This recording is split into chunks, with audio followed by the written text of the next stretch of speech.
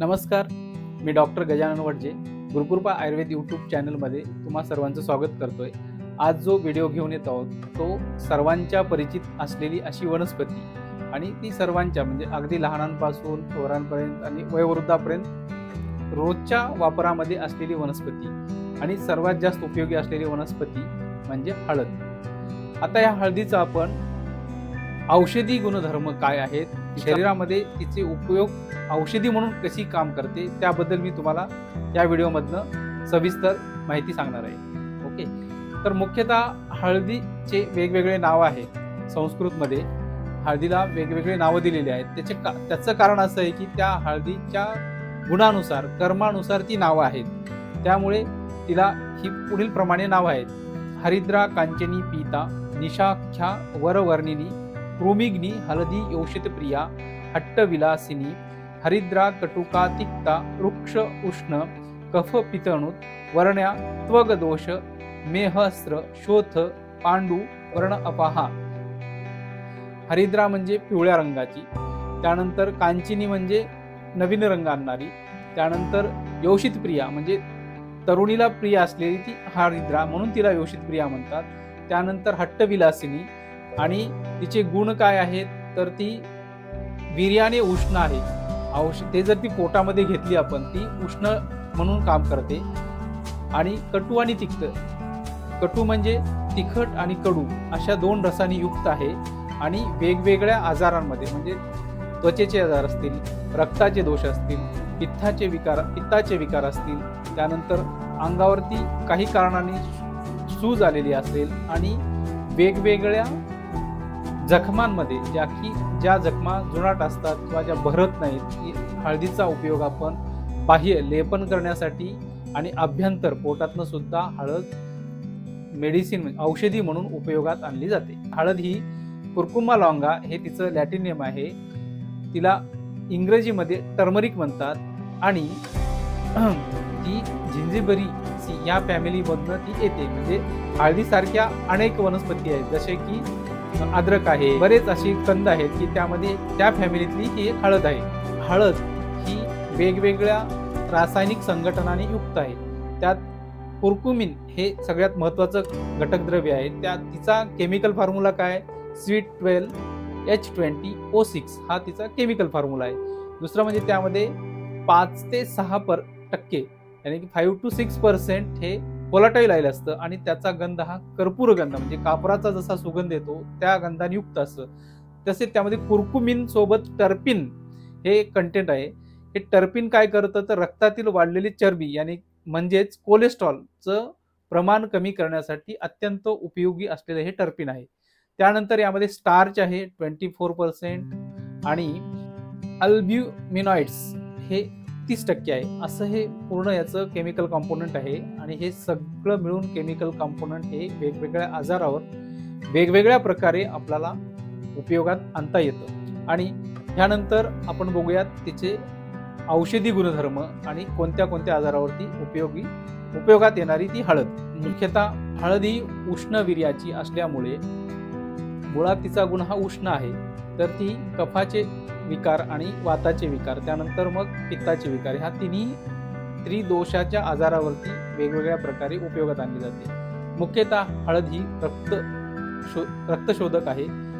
सर्व प्रकारच्या त्वचेच्या विकारामध्ये ही वापरली जाते। त्यानंतर प्रमेयामध्ये हिचा उपयोग केला जातो। त्यानंतर हळद ही शोथग्न म्हणजेच शरीरावरती वेगवेगळ्या कारणाने आलेली सूज ही कमी करण्यासाठी हरिद्रा ही आपल्याला औषधी म्हणून वापरता येते। त्यानंतर तुमच्या रक्तातील वाढलेलं कोलेस्ट्रॉलचं प्रमाण म्हणजे रक्तातील वाढलेलं चरबीचं प्रमाण कमी करण्यासाठी हळद ही अत्यंत उपयोगी असलेल्या वनस्पतीपैकी एक वनस्पती आहे। त्यानंतर नेत्रांचे विकार असतील, वेगवेगळे नेत्राभिषंध आहेत, यामध्ये सुद्धा हळदीचा उपयोग हा आपण औषधी वनस्पती म्हणून उपयोगात आणली जाते।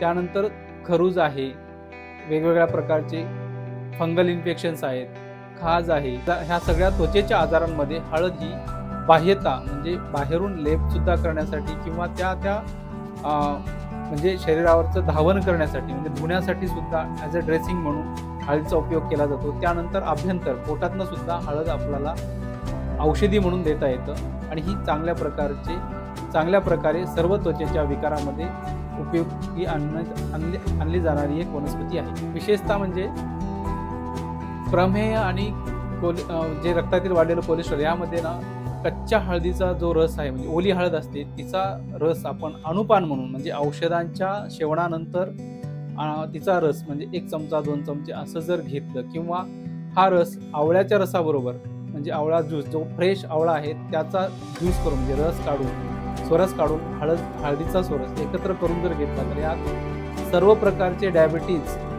कमी होण्यासाठी खूप चांगल्या प्रकारे मदत होते। त्यानंतर तर तुमचे जुने व्रण आहेत म्हणजे जे की जखमा भरत नाहीयेत अशा जखमांना सुद्धा आपण हळदीचा बाह्य लेप आणि त्यानंतर अभ्यंतर पण ही हळद ही ऑर्गॅनिक असली पाहिजे शक्यतो। ती हळद खूप चांगल्या प्रकारचं काम आपल्याला औषधी म्हणून उपयोगात आणली जाते। स्त्रियांच्या वेगवेगळ्या विकारांमध्ये सुद्धा हळदीचा औषधी म्हणून उपयोग केला जातो। त्यानंतर सर्दी असेल खोकला असेल यामध्ये सुद्धा आपण दूध हळद देतो। त्याचं कारणच असं आहे की हळद ही उष्ण गुणाची आहे आणि ती कफग्न आहे म्हणून आपण दूध हळद देतो। पण ही दूध कधी द्यायचं जर रुग्णाला ज्वर नसेल तर दूध हळद देण्यात ती औषधी म्हणून उपयोग येते। जर ज्वराची अवस्था असेल म्हणजे ताप असेल नेमकाच ताप आलेला आहे त्या तापामध्ये जर तुम्ही दूध हळद दिली तर तो उपयोग जेवढा पाहिजे तेवढा न होता त्याचा अपाय होण्याची शक्यता जास्त असते। असं म्हणतात की आयुर्वेदिक औषधांना रिॲक्शन्स नाहीत पण तसं नाहीये। Every medicine act as action every medicine act as a reaction म्हणजे कुठलंही मेडिसिन असू द्यात आयुर्वेदिक असो ॲलोपॅथिक असो किंवा होमिओपॅथिक सर्व औषधांना ॲक्शन आहे म्हणजे रिॲक्शन असणारच आहे। असा हा आपला गैरसमज आहे की आयुर्वेदिक औषधांना रिॲक्शन्स नसतात पण त्या असतात। त्या आल्यावरती काय करायचं हे पण आपल्याला माहिती पाहिजे। त्यासाठी आपण किती प्रमाणात घ्यायचं कसं घ्यायचं ह्यासाठी आयुर्वेदिक डॉक्टरांचा सल्ला घेणं अत्यंत महत्त्वाचं आहे। आणि आयुर्वेदिक मेडिसिन हे लॉंग टर्मसाठी कुठल्याही गोष्टी नसतात। आपण जर त्या औषधांचा जर दैनंदिन जीवनात रोजच जर उपयोग करत असो ते औषध हे औषध म्हणून काम करत नाही तर ते औषध हे अन्न म्हणून काम करतं। मग ह्या औषधांची आपल्यावर पाहिजे तेवढी ॲक्शन होत नाही। ज्या आजारासाठी आपण जे औषध घेतो ते औषध त्या आजारावरती जेवढ्या प्रमाणात इफेक्टिव्ह व्हायला पाहिजे तेवढ्या प्रमाणात इफेक्टिव्ह होत नाही। त्यामुळे तो डोस म्हणजे त्या औषधांची मात्रा त्या औषधांचा कालावधी ह्या सर्वांसाठी योग्य आयुर्वेदिक डॉक्टरांचा सल्ला घेणे योग्य वेळी अत्यंत उपयोगाचं आहे। हळद ही रक्तस्तंभक सुद्धा आहे।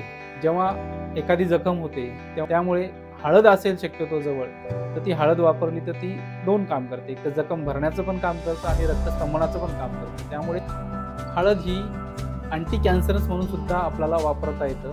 पण ही जी आपण हळद औषधासाठी वापरणार आहोत ती हळद ही ऑर्गॅनिकच असली पाहिजे। ऑर्गॅनिक कॅन्सरमध्ये सुद्धा आपल्याला औषधी म्हणून उपयोग करता येतो आणि त्याचे रिझल्ट सुद्धा चांगल्या प्रकारे आपल्याला बघायला मिळतात। हळद ही यकृताचे विकार म्हणजे लिव्हर डिसीजेसमध्ये उपयोगात आणली जाते। लिव्हर डिसीजेसमध्येच म्हणजे कावीळ आहे किंवा त्यानंतर पोटाचे विकार असतील ह्यामध्ये सुद्धा हळद ही चांगल्या प्रकारे आपल्याला औषधी म्हणून उपयोगात आणता येते। या व्हिडिओमधील माहिती आवडली असेल तर व्हिडिओला लाईक करा शेअर करा आणि आणखी नवीन व्हिडिओ पाहण्यासाठी चॅनलला सबस्क्राईब करा। धन्यवाद।